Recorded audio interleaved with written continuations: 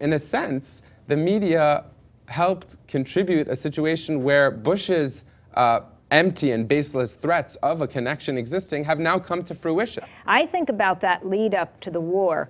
MSNBC, it's hard to think about then because it's different now, but MSNBC at the time, their leading host was Phil Donahue. He was the 8 o'clock slot.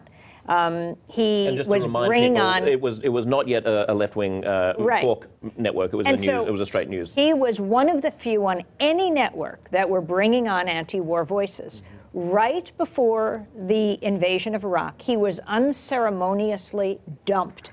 It didn't matter that it was their highest-rated show. Even that, it didn't. Even the money didn't matter.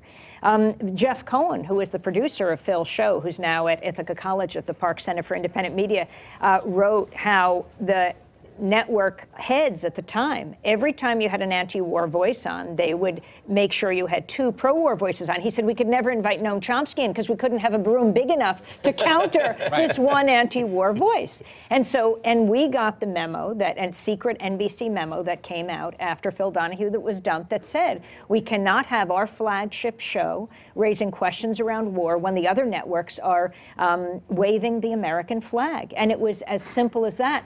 So Chris Matthews invited me to be at the 10th anniversary of MSNBC.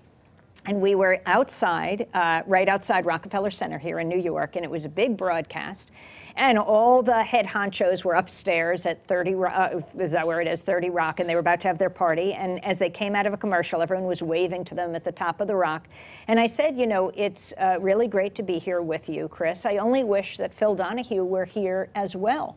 We have to look then at what was happening because, as you've been saying, we have to look at how the media cheerleads today, whether we're talking about drone wars or intervention, because the media does the same thing again and again, denigrate the peace voices and amplify the voices of those in power.